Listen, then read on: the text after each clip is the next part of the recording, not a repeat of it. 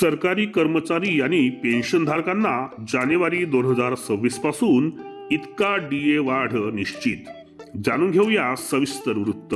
तर नमस्कार मित्रमैत्रिणींनो, आपण बघत आहात माझे युट्यूब चॅनल एज्युकेशनल मनोहर, ज्यावर आपल्याला पाहायला मिळतात इयत्ता 5वी ते 10वी चे इंग्रजी या विषयाचे व्हिडिओज, सोबतच घटक चाचणी आणि सत्र परीक्षांचे संपूर्ण पेपर आणि त्यांच्या एकंदरीत उत्तरपत्रिका, यासोबतच इंग्रजीच्या संपूर्ण ग्रामरचे व्हिडिओज आणि नागरिक आणि कर्मचारी बंधू भगिनींसाठी इन्फॉर्मेशनल म्हणजेच माहितीपर व्हिडिओज, या सर्वांच्या प्लेलिस्ट या व्हिडिओच्या डिस्क्रिप्शनमध्ये देण्यात आलेले आहेत. त्यावर जाऊन आपण आपल्या कामाचे व्हिडिओज पाहून घेऊ शकता. तर सरकारी कर्मचारी आणि पेन्शनधारकांना जानेवारी 2026 पासून एक डीए वाढ निश्चित करण्यात आलेली आहे. याबद्दलची सविस्तर माहिती आजच्या व्हिडिओमध्ये आपण बघून घेणार आहोत. त्यामुळे या व्हिडिओला सुरुवात करण्यापूर्वी हे चॅनल एज्युकेशनल मनोहर, यावर आपण नवीन असाल तर हे चॅनल आपण सबस्क्राईब करायला विसरू नका आणि हा व्हिडिओ बघितल्यानंतर या व्हिडिओला एक लाईक आणि जास्तीत जास्त शेअर करायलाही विसरू नका. तर बघूया डीए वाढीबद्दलची कोणती वाढ निश्चित करण्यात आलेली आहे. तर सरकारी कर्मचारी किंवा पेन्शनधारकांना माहे जानेवारी 2026 पासून डीए वाढ निश्चित करण्यात आलेली आहे. सरकारी कर्मचाऱ्यांना डीए वाढ ही ऑल इंडिया ग्राहक निर्देशांकाच्या आधारे निश्चित करण्यात येत असते. माहे जानेवारी 2026 ची डीए वाढ ही माहे जुलै ते डिसेंबर पर्यंतची ऑल इंडिया ग्राहक निर्देशांकाच्या आधारे घेण्यात येत असते. माहे जुलै पासून आतापर्यंत जाहीर करण्यात आलेल्या ऑल इंडिया ग्राहक निर्देशांकाची आकडेवारी आपण पुढील प्रमाणे आता पाहून घेऊ शकतो.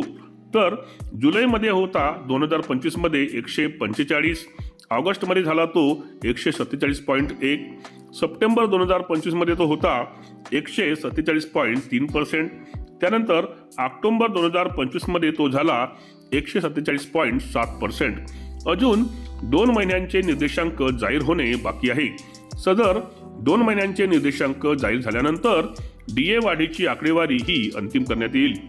आता वरील 4 महिन्यांच्या आकडेवारीचा विचार केला असता महागाई भत्त्यामधील वाढ ही 1.50% इतकी होईल.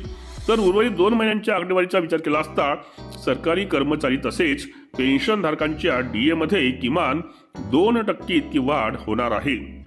एकूण डीए हा 60%पर्यंत.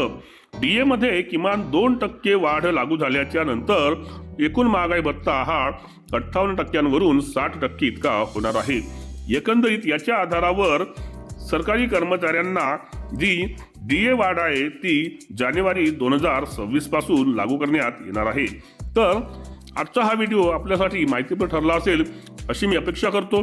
त्यामुळे अशाच पद्धतीचे माहितीपर व्हिडिओज आपल्याला बघायचे असतील तर त्यांची प्लेलिस्ट ही या व्हिडिओच्या डिस्क्रिप्शनमध्ये इन्फॉर्मेशन एज्युकेशनल मनोहर या नावाने देण्यात आलेले आहे. त्यावर जाऊन आपण आपल्या कामाचे आवश्यक असलेले व्हिडिओज पाहून घेऊ शकता. जाता जाता या व्हिडिओला आपण एक लाईक आणि जास्तीत जास्त शेअर करावं अशी मी आपल्याला विनंती करतो.